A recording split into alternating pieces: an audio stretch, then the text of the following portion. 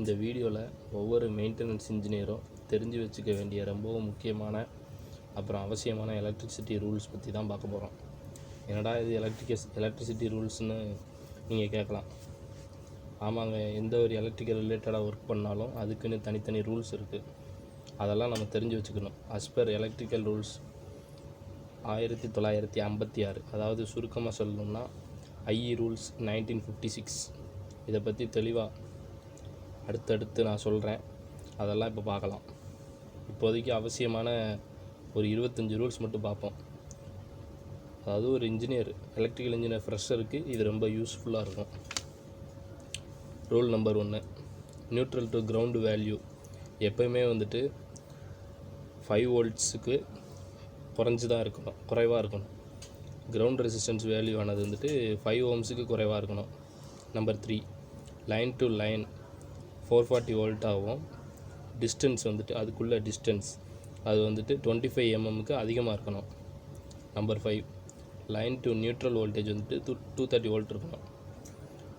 அதோட டிஸ்டன்ஸ் வந்துட்டு 19 mmக்கு அதிகமாக இருக்கணும்.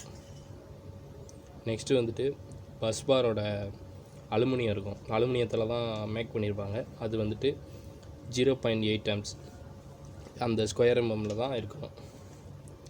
பஸ்பாரில் காப்பரில் மேக் பண்ணியிருப்பாங்க. ஒரு சில இது வந்துட்டு காப்பரில் இருக்கும். அது வந்துட்டு 1.2 ஏரியா ஆம்ஸு பெர் ஸ்கொயர் எம்எம்மில் இருக்கணும்.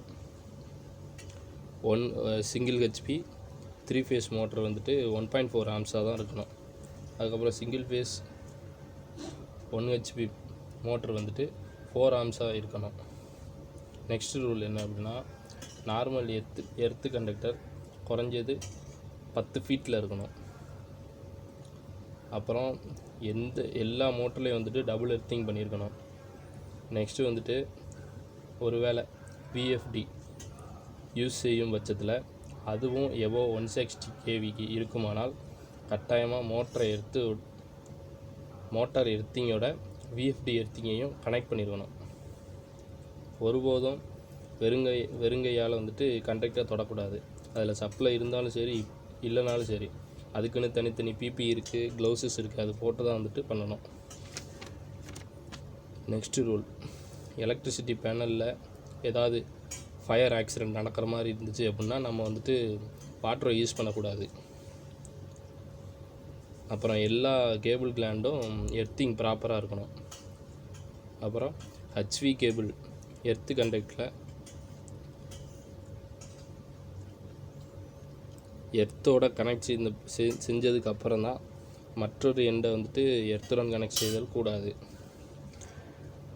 லைட்டிங்க்கு 4 கோர் கேபிளும், எம்சிசிக்கு 3.5 கோர் கேபிளும், மற்ற மோட்டார்களுக்கு 3 கோர் கேபிள் யூஸ் பண்ணணும். நெக்ஸ்ட்டு பேனலானது வால் இல்லைன்னா க்ளோஸ்டு ஏரியாவிலேருந்து 300 மீட்ரு இடைவெளியில் தான் இருக்கணும். எலக்ட்ரிசிட்டி பேனல் பாடி கட்டாயமாக 1.8 mm திக்னஸ் விடணும். கிளாண்ட் பிளேட் கட்டாயமாக 2.6 mm விடணும். மவுண்டிங் பிளேட் ஆனது 2.0 mm அண்டு டோர் ஆனது 1.6 to 1.8 mm திக்னஸ் பிளேட்டில் மட்டுமே இருக்க வேண்டும். ஒரு எலக்ட்ரிக்கல் சுவிட்ச் கியரில் கட்டாயமாக மினிமம் 2 சப்போர்ட்டாவது இருக்கணும். எந்த எலக்ட்ரிக்கல் லோடுக்கும் கிரவுண்டை ரிட்டன் பார்த்தா யூஸ் பண்ணக்கூடாது. ஏன்னா அதுவே வந்துட்டு ஒரு அடிஷ்னல் வோல்டேஜாக மாறி ஆட் ஆக வாய்ப்பு இருக்குது. அப்புறம் ரெய்னி டைம், அதாவது மழைக்காலத்தில் வந்துட்டு மறந்து போய் கூட சுவிட்ச் யார்டு பக்கம் போகக்கூடாது. 500 வோல்ட் மெக்கரானது 750 வோல்ட்ஸ் டிசியை வந்துட்டு உருவாக்கும். அப்புறம் மோட்டரை வந்துட்டு பர்ச்சேஸ் பண்ணும்போது நம்மகிட்ட உள்ள லோடை விட அதிகமாக பர்ச்சேஸ் பண்ணணும். ஏன்னா அதிகமான லோடை தாங்கணும் மோட்ரு, அப்படி தான் பர்ச்சேஸ் பண்ணணும். அப்புறம் சிடி ஒருபோதும் ஓப்பன் சர்க்கியூட்டில் இருக்கக்கூடாது. பிடி வந்துட்டு கட்டாயமாக அதிகப்படியான லோடில் கனெக்ட் பண்ணக்கூடாது. இதெல்லாம் ஜென்ரலாக சேஃப்டி ரூல்ஸ் தான். மெயின்டெனன்ஸ் ஃபீல்டில் இருக்கிற ஒவ்வொருத்தவங்களுக்குமே இது தெரியணும், தெரிஞ்சிருக்கணும். அதனால் நோட் பண்ணி வச்சுக்கோங்க. இதில் எந்த விதமான டவுட் இருந்தாலும் நீங்கள் மெயில் மூலமாக கேட்கலாம்.